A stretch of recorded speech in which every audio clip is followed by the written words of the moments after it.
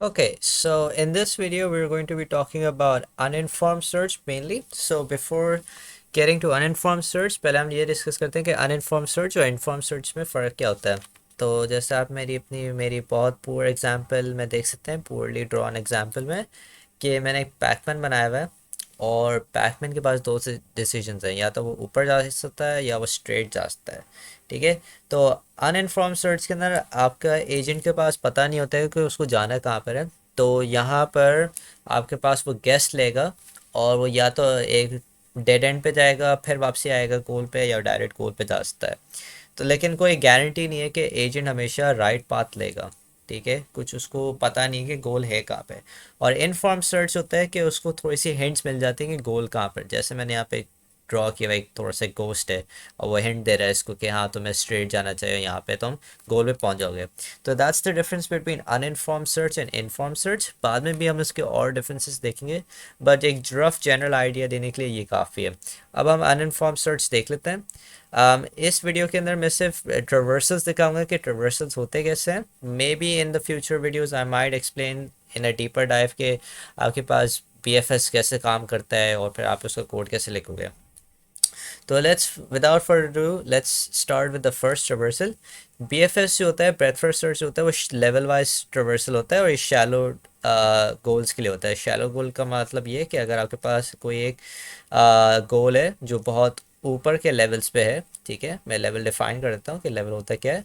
कि let's say आपके पास level 1 ये हो गया, लेवल 2 ये हो गया, ठीक है, लेवल 3 ये हो गया और लेवल 4 ये हो गया।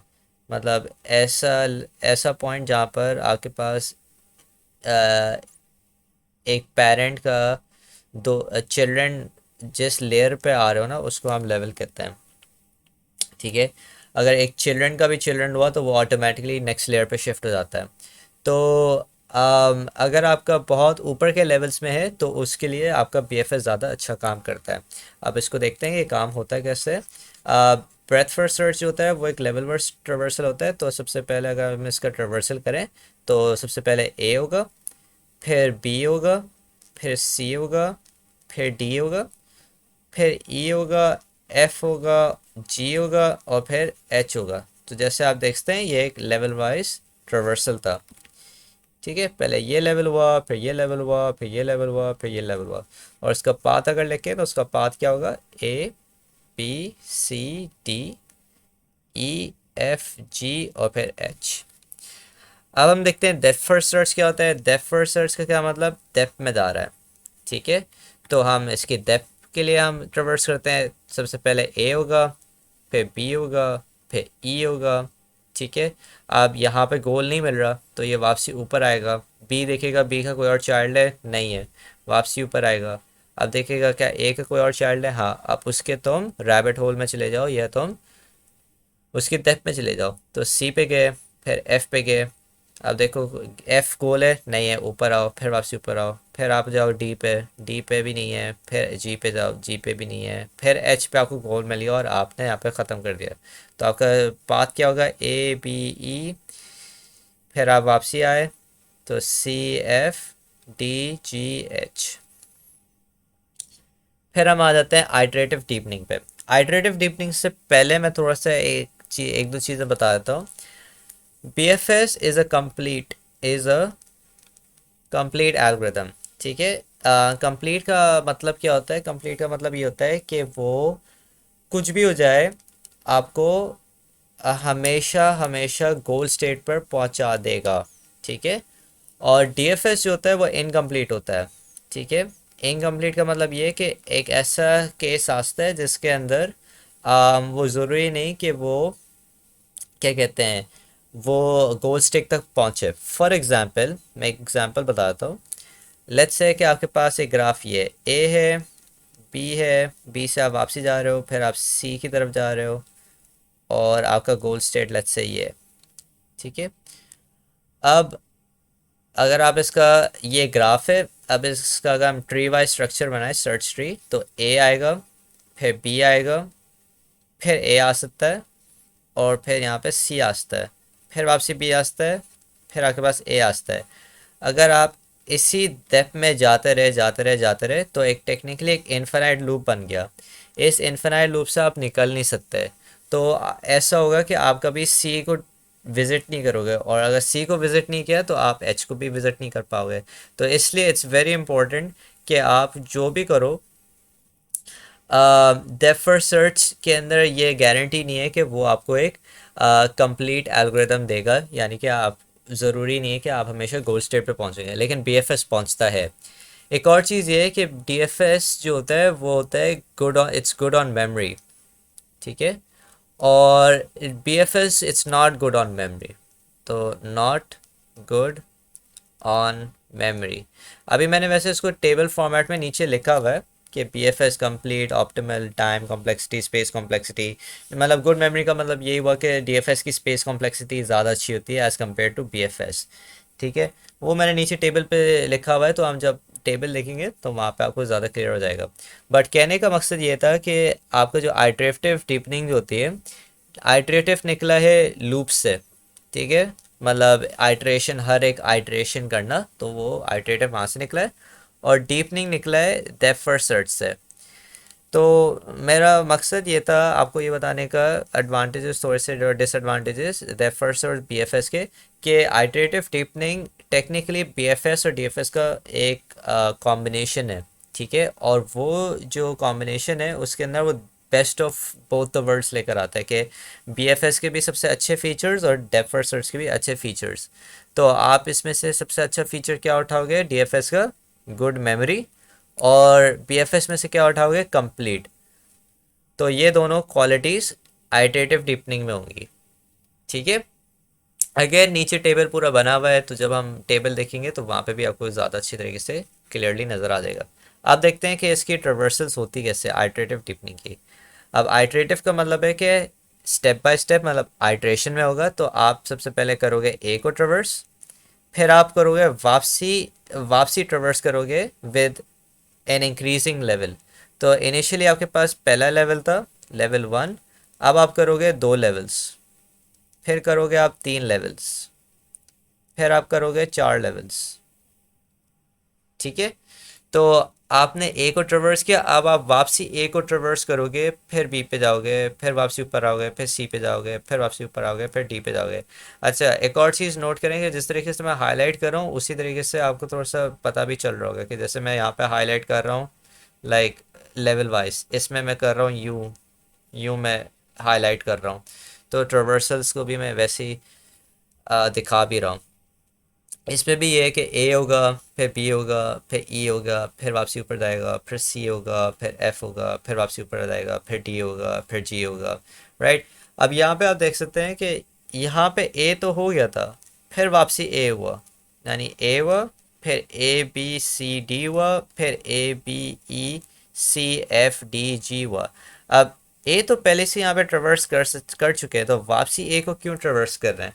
वेल इस मेथड के अंदर सिंस आइटरेटिव है तो ये हर बार करता है।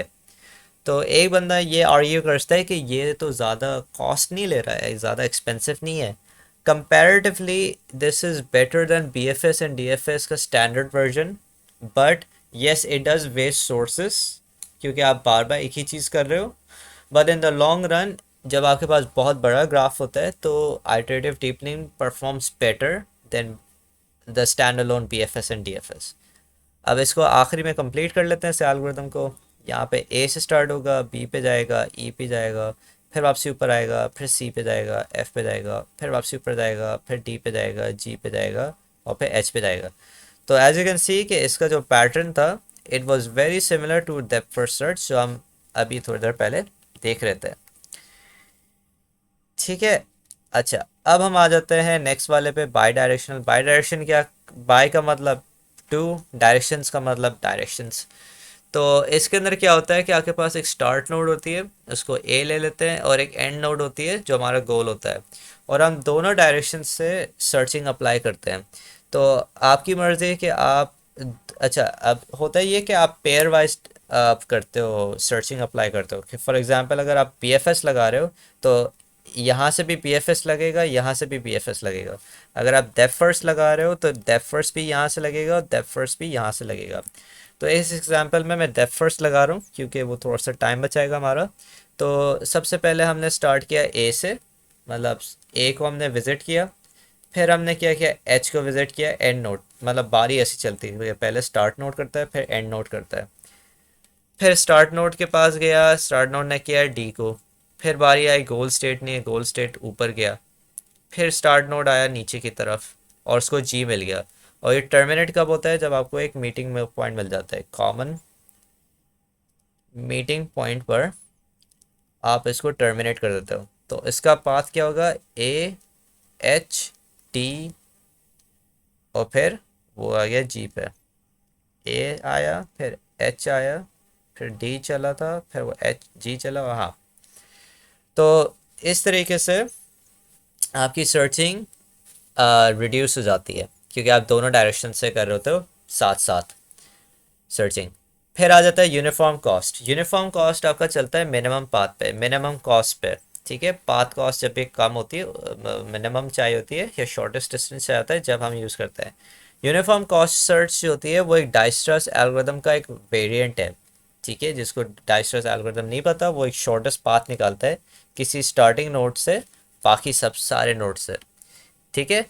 अब what's the difference between Dijkstra's algorithm and uniform cost. Dijkstra's जो है वो हर एक नोड को एक्सपैंड करता है, मतलब हर एक नोड को ट्रेवर्स उसको करना ज़रूरी होता है, वो विजिट करेगा। लेकिन यूनिफॉर्म कॉस्ट का क्या होता है सीन, क्या वो जैसे उसको गोल मिलेगा वो वहाँ पे जाके रुक जाएगा, ठीक है। इसको हम देख लेते हैं। मैं एक टेबल के फॉर्मेट में मैं ज़्यादातर सॉल्व करता हूँ इसको, और आपको नज़र भी आ जाएगा थोड़ी देर में कि मैं टेबल में क्यों करता हूँ, क्योंकि it's very easy to keep track of. आपने स्टार्ट किया ए से, तो आपने ए को ट्रेवर्स किया, ए से आप तीन जगह जा सकते हैं, बी सी डी। तो आप वहाँ पे लिख दोगे कि बी पे मैं जाता हूँ ए से, 1, ए से कॉस्ट ऑफ 1, 3 की कॉस्ट पे मैं जाता हूँ सी पर ए से, और मैं यहाँ पे 1 की कॉस्ट पे जाता हूँ। और ई एफ जी एच अभी मैं जा नहीं सकता, क्योंकि अभी मैं वहाँ पे पहुँचा नहीं हूँ, कोई पाथ है नहीं डायरेक्ट ए से ई एफ जी एच का, तो मैं इनको इन्फिनिटी रख देता हूँ। अब इसमें मैं देखूंगा सबसे छोटा कौन सा है, क्योंकि ये मिनिमम के लिए अप्लाई होता है।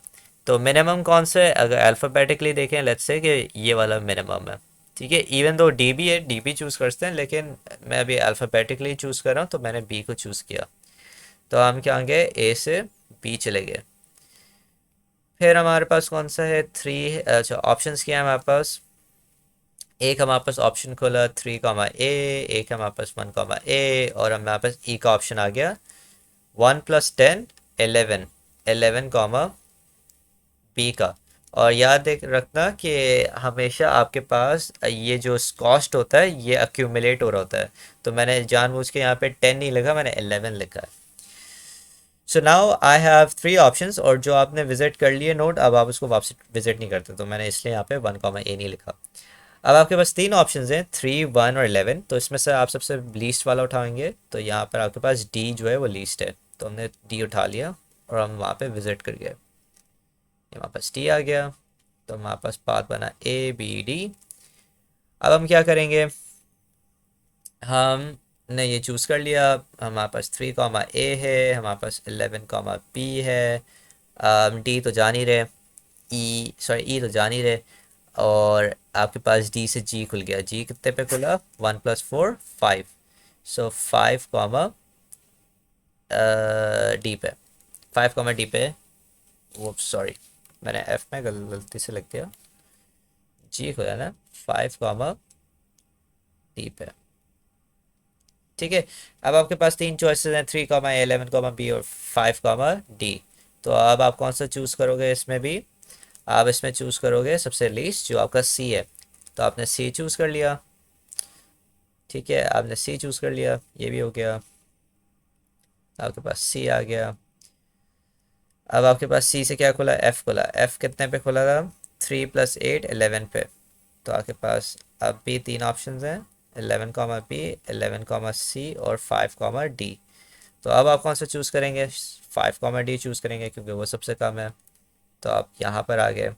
फिर आपके पास एच कितने पे आ रहा है, 6 पे आ रहा है, मैं यहीं पे लिख देता हूँ 11, बी, 11, सी, वुप्स, एंड 6, कहाँ से, जी से।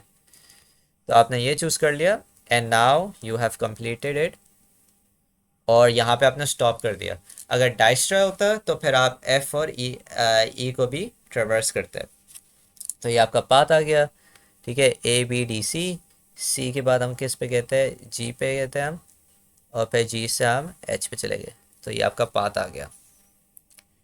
तो ये सारे ट्रेवर्सेस से अगर मैं समराइज़ करूँ तो ब्रेथ फर्स्ट होता है level wise, depth first search होता है आपका डेप्थ वाइज, आइटरेटिव डीपनिंग होता है डेप्थ फर्स्ट सर्च, लेकिन आप उसको लेवल वाइज उसके लेवल से इंक्रीज कर रहे होते हो। बाई डायरेक्शनल होता है कि आप दोनों एंड गोल और स्टार्ट गोल से, सॉरी स्टार्ट नोड और and goal, sorry start node और एंड गोल से आप अपने BFS या DFS लगाते हैं और कॉमन मीटिंग पॉइंट पे आप अपना एंड कर देते हैं। और यूनिफॉर्म कॉस्ट सर्च जो होता है वो आपका मिनिमम कॉस्ट पे चलता है। अच्छा, अब आ जाता है हम टेबल की समरी पे। क्या BFS कंप्लीट है? हाँ है, हमने देख लिया कि क्यों है वो, क्योंकि आपका वो अगर लेवल वाइज ट्रेवर्सल हो रहा है, अगर आप एक इनफाइनाइट लूप में भी फंस जाते हैं, जैसे मैंने लिखा था A P A और आपके पास यहाँ पे सी है, तो सिंस ये लेवल वाइज ट्रेवर्स कर रहा है, तो ये आपका अगर यहाँ पे सी के बाद अगर जी आता है और ये एक लूप में फंसा हुआ है, तो एवेंचुअली ये गोल को विजिट करेगा, लेकिन डेप्थ फर्स्ट सर्च नहीं करेगा क्योंकि वो इन्फिनिटी साइकिल्स पे नहीं चलता।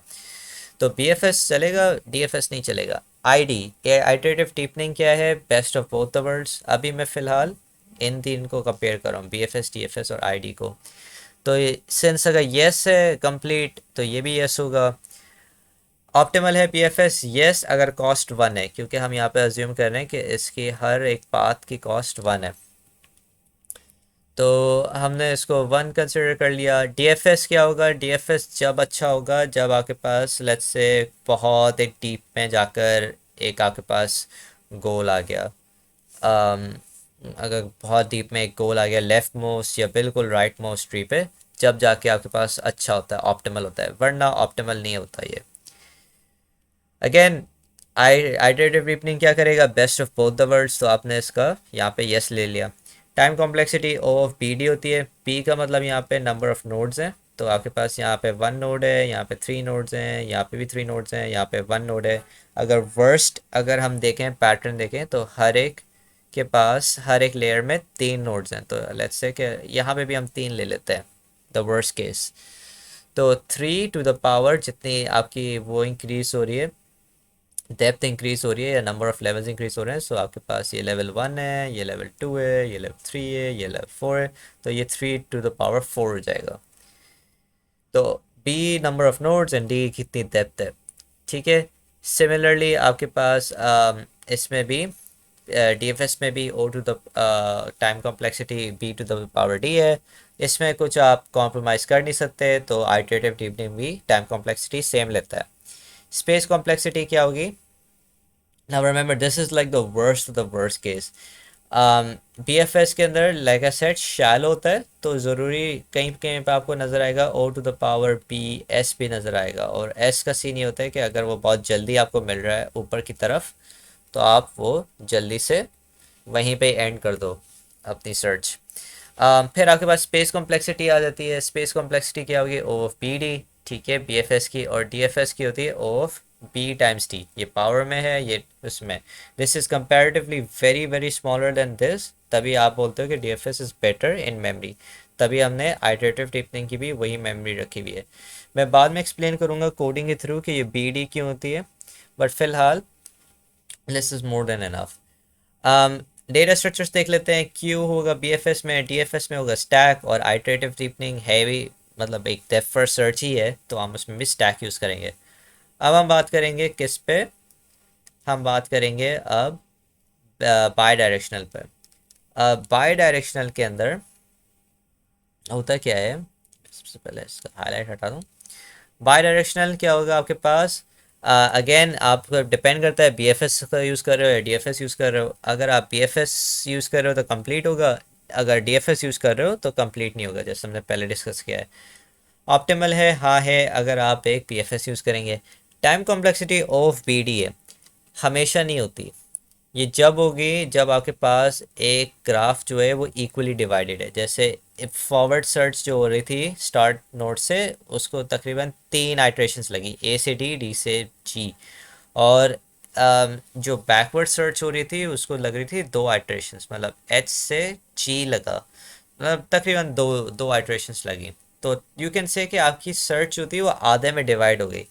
लेट्स से आपके पास एक ग्राफ ये है, ए से बी, बी से सी, सी से आपके पास यहाँ से 2 जा रहे हैं, एक डी है एक ई है, और लेट्स से कि जी है, और आपके पास एक एच है। अब ए गया, ए से आपके, सबसे पहले मैं वो कर देता हूँ, ए गए, फिर आपने जी लिया, फिर आपने ए से बी गए, आप जी से एच गए, फिर आपके ने क्या किया, बी से सी गए। अब यहाँ पे कहीं और जा नहीं सकते तो आप यहाँ पे फंस गए हो। फिर सी से ये गया डी पे, फिर डी से गया ये ई पे, ठीक है, क्योंकि इसकी डायरेक्शन नहीं है यहाँ पे, तो बैकवर्ड सर्च आपकी पॉज हो गई। फिर आप क्या किया, आप वापसी, अब वापसी ऊपर आए, फिर वापसी ऊपर आए, फिर आप गए यहाँ पर और आपने मीट करके ख़त्म कर दिया।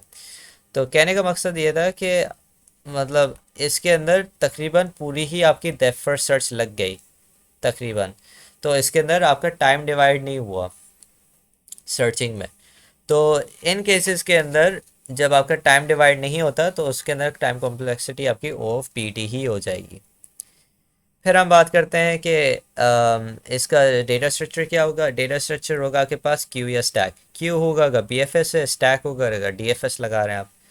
फिर लास्टली हम बात कर लेते हैं यूनिफॉर्म कॉस्ट की। यूनिफॉर्म कॉस्ट के अंदर आपका कंप्लीट होता है अगर नेगेटिव कॉस्ट ना हो।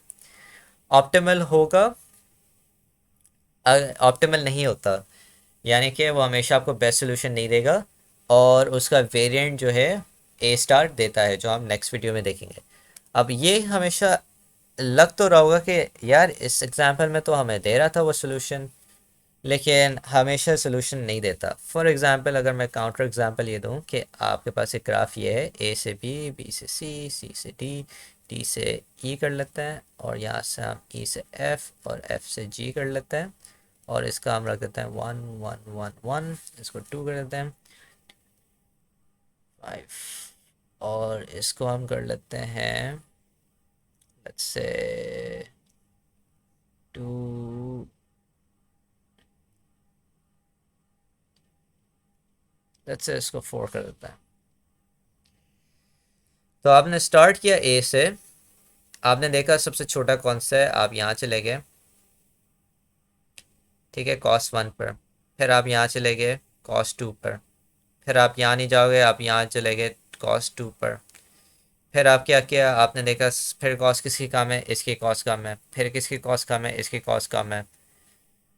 तो ये 1 2 3 4 हो गया। फिर आप देखोगे कि एफ से फिर आप गए जी पर, तो टेक्निकली आपने पूरा का पूरा तो ग्राफ रिवर्स कर लिया।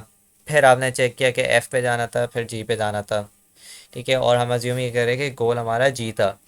तो कहने का मकसद ये था कि इसने पूरा ग्राफ रिवर्स किया, फिर जाके वो जी पे किया। तो इट वाज वेरी इनएफिशिएंट। अगर वो डायरेक्ट ही जी पे चले जाता तो फिर उसको ये मसला नहीं होता। तो इसलिए जो सी स्टार होता है वो होता है आपका सबसे शॉर्टेस्ट पाथ, ठीक है, जो आपने लिया, जो इसको लेना चाहता था। For in this case this was 1 + 4 + 1, so this was 6। लेकिन इंस्टेड आपने क्या पाथ लिया, 1 + 3 + 1 + 4 + 1, सो 2 5 and 6, am I doing this right? 1 3 1 4 and 1, yeah. So this is 5, and then this is also 5, yeah, this is 10. So C star upon C होता है आपके पास actual divided by जो आपने लिया। तो इस केस के अंदर कभी कभार, वप्स, हाँ, तो इसके अंदर ये आपकी टाइम कॉम्प्लेक्सिटी आ जाएगी, ठीक है, ये आई गेस 10/6 होता है, I am not sure about this. लेकिन एक मुझे ये याद आ रहा है कि कोई सी स्टार एक्चुअल होता है डिवाइडेड बाय सी होता है जो आपने पाथ लिया होता है। बट एनीवेज इसकी टाइम कॉम्प्लेक्सिटी ऐसे निकलती है। स्पेस कॉम्प्लेक्सिटी भी सिमिलर तरीके से निकलती है, और ये एक प्रायोरिटी क्यू यूज़ करता है। लास्टली आपके पास एडवांटेजेस और डिसएडवांटेजेस जल्दी से डिस्कस कर लेते हैं। एडवांटेजेस हमने डिस्कस किए थे कि गोल अगर शैलो होगा यानी ऊपर के लेवल्स पे होगा बीएफएस के लिए, तो वो ज़्यादा अच्छा होता है, ज़्यादा क्विकली वो आपको निकाल के दे देगा। शॉर्टेस्ट पाथ के लिए, शॉर्टेस्ट सोल्यूशन के लिए यूज़ होता है, ठीक है। Advantages of this B D F S क्या है कि मेमोरी पे ज़्यादा अच्छा होता है क्योंकि उसकी space complexity of P D होती है। और अगर आपके पास मल्टीपल डेप्थ पर गोल्स हैं, जैसे आपके पास लेट्स से एक जी वन यहाँ पर है, एक जी टू यहाँ पर है, एक जी थ्री यहाँ पर है, तो उन केसेस में अगर बहुत ज़्यादा डेप्थ में है, तो उन केसेस के अंदर डेप्थ फर्स्ट सर्च ज़्यादा ज़्यादा अच्छा होता है। और डिसएडवांटेजेस क्या है इंटर आइटरेटिव डीपनिंग के, वो ये है कि रेपिटेशन बहुत होती है, बट कंपैरेटिवली ज़्यादा अच्छा वर्क करता है बीएफएस एंड डीएफएस स्टैंड, मतलब स्टैंडर्ड बीएफएस डीएफएस से। So that was all for uniform search, sorry, uninformed search, and in the next video we will be talking about informed search. So thank you.